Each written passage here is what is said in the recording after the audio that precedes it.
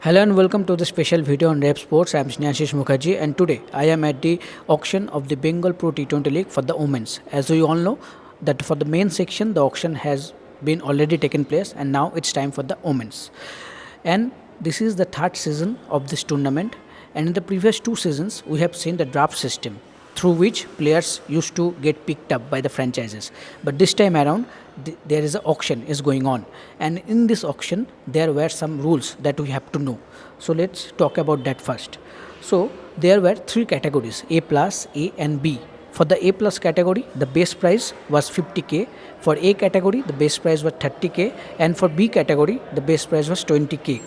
11 lakhs parts was given to every team, and they have to fill up 16 player slot, and among those 16 players 2 players have to be from under 15 category. So that was the rule that every franchises need to keep in their mind. So before starting the auction, obviously the CAB president Sourav Ganguly was there. He kicked off the event, and along with him obviously Indian women's cricket legend Jhulan Goswami was also present there. And we also got to know that two big names will not be available for this edition. Richa Ghosh, she has confirmed that she will not be available for the tournament, and Tita Sadhu, she is still under the rehab procedure for the injury that she sustained, and that is why she will not be available for this edition. But there were some significant names that we saw getting teams in the A plus category round. So let's talk about those. First name, Sujata De, the left-handed batter and pacer. Adamas Howrah Warriors got that player at 2.05 lakhs. Then Rishita Basu, wicketkeeper batter, Medinipur Wizards got her at 2.10 lakhs. Then Shashti Mandal, left-handed batter and right-arm pacer. Adamas tried their best to get her, but unfortunately couldn't. Srachi Rat Tigers got her at 1.90 lakh. Then Pratibha Mandi, another name that caught the eye, and she will be in action for the Sobisco Smashers Malda.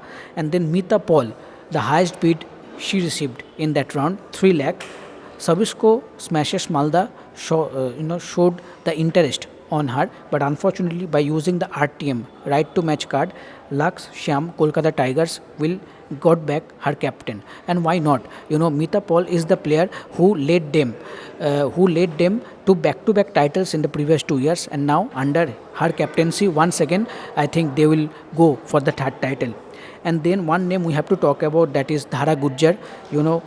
The kind of cricket that she has played in the last few years, especially representing India A also in big tours, and she got a big bid of 2.85 lakhs from the newly arrived franchisee Novas Purulia Royals. So for the new franchisee she will be available, and it was unfortunate that Adamas Howrah Warriors couldn't land their previous captain. So that was a big miss for the Adamas. But Saika Ishak, another player who is known for her immense experience. She is known for playing for India. She is known for playing in WPL for Mumbai Indians, and now she will be in action for Sobisco Smashers Malda at 1.65 lakhs. So these are the quite significant names that we saw getting a team in the A plus round.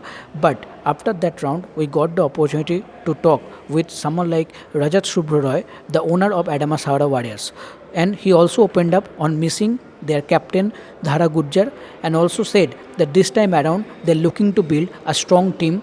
As a unit, they are looking to perform and do well in the women's section. So let's see what he told to us. Thank you. Yes, sir. How the first round went for you? Can you tell about that? Sujata De was a good buy, but unfortunately you missed your captain Dhara Gujjar.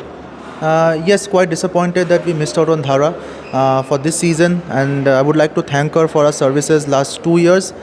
She has led us extremely well, and she has been an excellent batsman for us, scoring a lot of runs. So sad we could not make her part of our family this year, but I wish her all the best for a new team. However, I think we have formed a good team so far, quite happy with it, because our strategy was not to go for one top player and then leave the rest of the team to out of balance team. So I think we have got a like-to-like replacement, and quite happy that we'll be able to approach with the right combination for season 3. And this is the first time the auction is happening. So the difference between the draft and the auction, is it quite a bit challenging for you guys? Absolutely, it's quite more challenging, yet it's more interesting. So Sir, this is the first time auction is happening for this tournament. So, what is the difference between the draft system and auction? Is it quite a bit challenging for you guys? It's a very new experience for us. During the draft, we had a certain strategy, certain approach that we already had in our mind. But for the auction, of course, it's a completely new ball game for all of us. It's a first time for all of us. Yesterday, we had the first auction for BPL third season, and very new experience for us. At the end of it, we were quite sort of satisfied with the team that we have been able to build. We were very closely sort of aligned with whatever strategy we had in mind, the key members that we wanted to pick. Today also, it's the second day of the auction, and for the women's team also, we have been able to get most of our picks that we were really keen on getting. We are still yet to complete our team, another 5 members to go. Looking forward to it, and hopefully we'll be really ending with a strong team. Yes, and as you mentioned that as of now you are satisfied with the picks that you have managed, but over the years for the last 2 seasons compared to the men's team, the women's team have not been managed to come up that good. So what is the plan going forward to this season? And the plan is to keep motivating them, keep inspiring them so that they can really enjoy the game, they can play, they can really perform and showcase their talent. We have always sort of had a young team on our side, especially for the women's team. This year we'll be having a mix. We'll be having more experienced player, as well as we'll be promoting young talent. Hopefully this year we'll be doing better than the last time. But of course the end goal is that all the players enjoy the game and they're able to give their best on the field as well as off the field. Thank you.